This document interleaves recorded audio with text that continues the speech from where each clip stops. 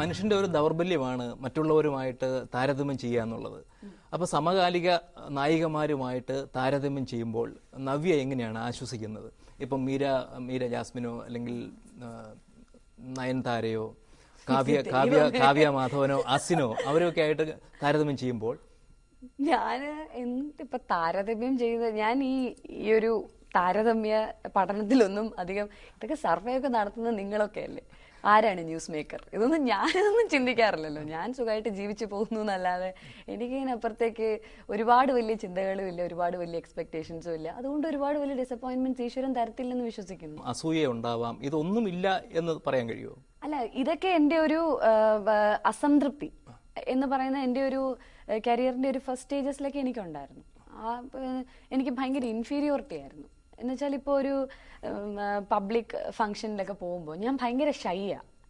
എനിക്കിപ്പം ഒറ്റയ്ക്കിരിക്കുന്ന ഒരാളിനെ ഞാൻ ഈസി ആയിട്ട് ഫേസ് ചെയ്യും, ഒരു ക്യാമറയെ ഫേസ് ചെയ്യാം, വരുന്ന ഒരു ആങ്കറിനെ ഫേസ് ചെയ്യാം. പക്ഷെ ഒരു 10,000 പേര് ഇങ്ങനെ ഒരുമിച്ചിരിക്കുന്ന ഒരു സ്ഥലത്തേക്ക് ഒരു സ്റ്റേജിൽ കയറി പോകണം, ഒരു അവാർഡ് വാങ്ങിക്കാൻ നിൽക്കണം എന്നൊക്കെ പറഞ്ഞാൽ എനിക്കെന്തോ ഒരു കൈയും കാലും വിറക്കേ തണുക്കേ, ഞാൻ ഭയങ്കരമായിട്ട് വിയർത്ത് ഒലിക്കും. ഞാനൊരു സ്റ്റേജ് അതുവരെ സുഖമായിട്ട് അവിടെ ഇരുന്നിട്ട് അനൗൺസ് ചെയ്ത് കഴിഞ്ഞിട്ട് ഈ അവാർഡ് മേടിക്കാൻ പോകുമ്പോൾ സത്യം പറഞ്ഞാൽ കിലികിലികിലോ എന്ന് വിറച്ചുകൊണ്ടാണ് ഞാൻ പോകുന്നത്. എനിക്കൊന്ന് ചിരിക്കാൻ പോലും ഇങ്ങനെ ഇവിടെയൊക്കെ ഇങ്ങനെ എനിക്ക് വിറയ്ക്കും, എൻ്റെ ഈ ഭാഗമൊക്കെ ഇങ്ങനെ വിറയ്ക്കും. ഇത് ഒരു തരം ഫിയർ ആണ് എനിക്ക്, ഫ്രൈറ്റ്, എന്തോ ഒരു പേടി എൻ്റെ മനസ്സിൽ എപ്പോഴും ഉണ്ടാവാറുണ്ട്. അങ്ങനെ ഒരു പേടിയുള്ള ആളാണെന്ന് ഒരു ഇംപ്രഷൻ പുറത്ത് എന്തായാലും ഇല്ല.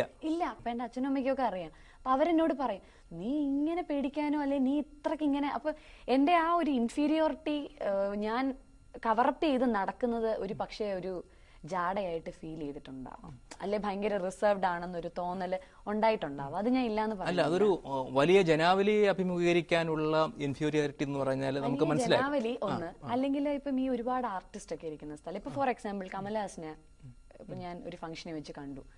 ഞാൻ മലയാളത്തിൽ നിന്ന് വരുന്ന ഒരു ആർട്ടിസ്റ്റ് ആണ്, എന്റെ പേര് നവ്യ നായർ എന്നാണെന്നൊന്ന് പോയി പറയാൻ എനിക്ക് ഭയങ്കര പേടിയാണ്. പേടിയെന്ന് വെച്ചാൽ എനിക്കൊരു ഇങ്ങോട്ട് പറ്റത്തില്ല, ഒരു അതിനൊരു കറേജ് അങ്ങോട്ട് വരത്തില്ല. അല്ല, ഇപ്പോൾ നവ്യ ഇപ്പോൾ പറഞ്ഞതിന് ഒരു അപകർഷബോധം എന്നല്ല പറയേണ്ടത്. അത് ഒരു തരം എന്താ നമ്മുടെ ഒരു സഹജമായിട്ടുള്ള ഒരു ഭാവമാണ്, ഒരു നാണം അല്ലെന്നുണ്ടെങ്കിൽ ഒരു മടിയൊക്കെയാണ്. പക്ഷെ അതിനൊരു അപകർഷബോധമാവണമെന്നില്ല. അപകർഷബോധവും എനിക്ക് പലപ്പോഴും ഉണ്ട്.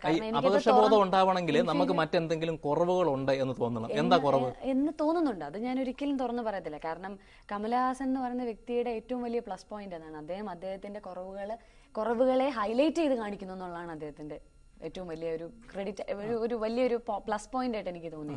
അതുകൊണ്ട് ഒരിക്കലും എന്റെ കുറവ് ഞാൻ തുറന്നിപ്പോ പറയത്തില്ല. എത്ര ചോദിച്ചാലും അത് നേരെ ചോദിക്കുകയാണെങ്കിലും ഞാൻ പറയില്ല.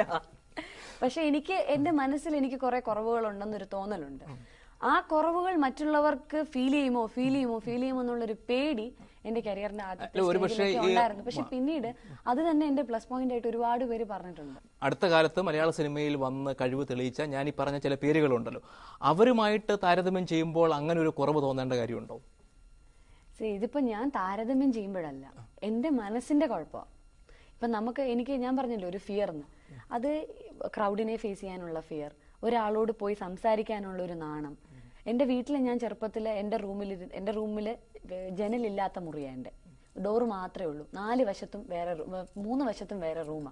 ഈ ഡോർ ഒരു ഇടനാഴിയിൽ കൂടിയാ പോകുന്നത്. അപ്പൊ അങ്ങനെ എല്ലായിടത്തും കവർ ചെയ്ത് എനിക്ക് എന്റെ അച്ഛനും അമ്മയുടെയും ബെഡ്റൂമിലാണ് ബാത്റൂം അറ്റാച്ച് ചെയ്യുന്നത്, അവിടെയാണ് എനിക്ക് പോകേണ്ടത് ബാത്റൂമിൽ. അപ്പൊ ഇവിടുന്ന് അച്ഛന്റെ അമ്മയുടെയും ബെഡ്റൂമിൽ 4 ജനലുണ്ട്. ആ 4 ജനാല കടക്കുന്നത് വരെ എന്റെ നെഞ്ച് പടപടപടപടപടയെന്ന് ഇടിക്കും. ഒരാവശ്യമില്ല, എന്റെ വീടാ, ഒന്നും പേടിക്കാനില്ല. പക്ഷെ അങ്ങനത്തെ എന്തോ ഒരു ഫിയർ എനിക്ക് കുഞ്ഞിലേ തൊട്ടുണ്ട്. എന്തിനാ അതുവരെ ഞാൻ ഒരൊറ്റ ഓട്ടോ, ആ ഡോറ് തൊട്ട് ബാത്റൂമിന്റെ ആ ഡ്രസ്സിംഗ് റൂമിന്റെ ആ ഡോറ് വരെ ഒരൊറ്റ ഓട്ടോ. ആരെ വിളിച്ചാലും കൂടെ വരത്തുമില്ല. അച്ഛനും അമ്മയൊക്കെ പിന്നെ മുതുക്കിയായി ഇപ്പോഴാണ് ഇനി കൂടെ വരണ്ടേ എന്ന് ചോദിച്ച് കളിയാക്കും. ഇത്രയും ശ്രദ്ധ ആകർഷിച്ച ഒരാള് അങ്ങനെ ഒരു കോംപ്ലക്സ് ഉള്ളിൽ ഉണ്ട് എന്ന് വിശ്വസിക്കാനായിട്ട് വിഷമമാണ്. അതൊരു പക്ഷേ ഇപ്പൊ വിശ്വസിക്കാൻ വിഷമമാണെങ്കിൽ എനിക്ക് വിശ്വസിപ്പിക്കാൻ പറ്റത്തില്ല ആരെയും. എനിക്ക് പറയാനുള്ള കാര്യങ്ങളല്ലേ പറയുന്നത്. അല്ല, പക്ഷേ സ്റ്റേജിൽ ഒരു പെർഫോമൻസിന്റെ സമയത്ത് ഇത് വരുന്നില്ല എന്നാണ് പറയുന്നത് അല്ലേ? അല്ല, സ്റ്റേജിൽ പെർഫോം ചെയ്യാൻ സ്റ്റേജ് ഫിയർ ആണെങ്കിൽ എനിക്ക് പെർഫോം ചെയ്യാൻ കയറുന്നത് വരെ കൈ രണ്ടും ഇങ്ങനെ തണുത്തിരിക്കും. ഇപ്പൊ നോക്കിയാൽ അറിയാം എപ്പോഴും തണുത്തായിരിക്കും, പേടിയുണ്ട്. പക്ഷെ മറ്റേത് അത് തുടങ്ങി കഴിയുമ്പോൾ അങ്ങ് മാറും. ഇതങ്ങനെയല്ല. ഇതൊരു ചില കോംപ്ലക്സുകളൊക്കെ എന്റെ മനസ്സിൽ വന്നു കഴിഞ്ഞാൽ അത് സസ്റ്റെയിൻഡ് ആയി പോകും. അത് ഡിപ്പെൻസ്, ഇല്ല, ചില കാര്യങ്ങൾ നന്നായി ചെയ്യണമെന്നുള്ള ആഗ്രഹം തന്നെ ആളുകൾക്ക് ഒരു ടെൻഷൻ ഉണ്ടാക്കും.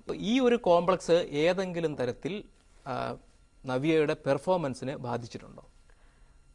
പെർഫോമൻസിനെ ഇപ്പോ ഫോർ എക്സാമ്പിൾ ഞാൻ ഈ അടുത്ത സെറീന ചേച്ചിയുടെ കൂടെ അഭിനയിക്കാൻ പോയപ്പോ, കലണ്ടറിൽ അഭിനയിക്കാൻ പോയപ്പോ എന്റെ അടുത്ത് വിനീതേട്ടൻ പറഞ്ഞു, നവ്യ പേടിക്കണം കേട്ടോ, അവരൊക്കെ അഭിനയിച്ച് അവരുടെയൊക്കെ കൂടെ നിന്ന് അഭിനയിക്കും. പക്ഷെ എനിക്ക് അങ്ങനെ കൂടെ നിന്ന് ഞാൻ അങ്ങ് ഫ്രണ്ട്ലി ആയിപ്പോയി. ആർട്ടിസ്റ്റിന്റെ എന്തോ അടുത്ത് തോന്നാറില്ല. അതെന്താന്ന് തിലകനങ്ങൾ ഇനി ഭയങ്കര കംഫർട്ടബിളാ കൂടെ അഭിനയിക്കാൻ.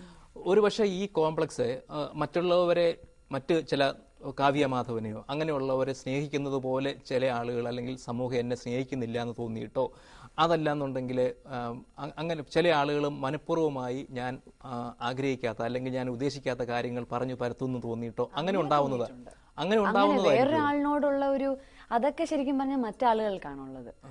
എന്റെ ഫാൻസ്, അയ്യോ നവ്യക്ക് അത്രയും ഫാൻസ് ഉണ്ട് എന്നൊക്കെ ഫീൽ ചെയ്ത് പലയിടത്തും സംസാരിച്ചൊക്കെ ഞാൻ കേട്ടിട്ടുണ്ട്. പക്ഷെ അല്ലാതെ എന്റെ ഒരു ബേസിക് ഇതില് അങ്ങനെ എനിക്ക് അങ്ങനെ ഒരു വേറൊരാളിന്റെ അയ്യോ അത് അത്രയുണ്ട് ഇത്രയുണ്ടെന്നുള്ള ഒരു കമ്പാരിസൺ ഞാൻ നടത്തിയിട്ടില്ല. ജെനുവിൻലി പറയുകയാണെങ്കിൽ സത്യസന്ധമായിട്ട് ഞാൻ നടത്തിയിട്ടില്ല. പക്ഷെ എന്നെ പറ്റിയിട്ട് ഞാൻ പറയാത്ത രീതിയിലുള്ള കാര്യങ്ങൾ പലതും പരത്തുന്നു എന്ന് എനിക്ക് തോന്നിയിട്ടുണ്ട്.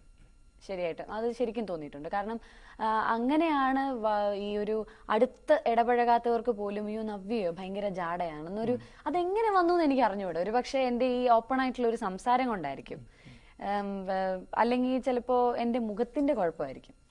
ഓരോരുത്തർക്കും ഓരോ ലുക്കുണ്ട്, അല്ലെങ്കിൽ നമ്മളെ വെട്ടി തുറന്നുള്ള സംസാരത്തിന്റെ ആവാം. എന്ത് കൊണ്ടാണെന്ന് ചോദിച്ചാൽ എനിക്ക് അതിന് പ്രത്യേകിച്ച് ഒരു ഡെഫിനിഷൻ ഇല്ല. പക്ഷെ ഒരു കാര്യം എനിക്ക് വളരെ സന്തോഷമുള്ളത്, ഞാൻ കല്യാണം കഴിക്കാൻ പോകുന്ന വ്യക്തിക്ക് എന്നിൽ ഏറ്റവും ഇഷ്ടപ്പെട്ടത് ഞാൻ ഡൗൺ ടു എർത്ത് ആണെന്നുള്ള ഒരു ക്വാളിറ്റിയാണ്.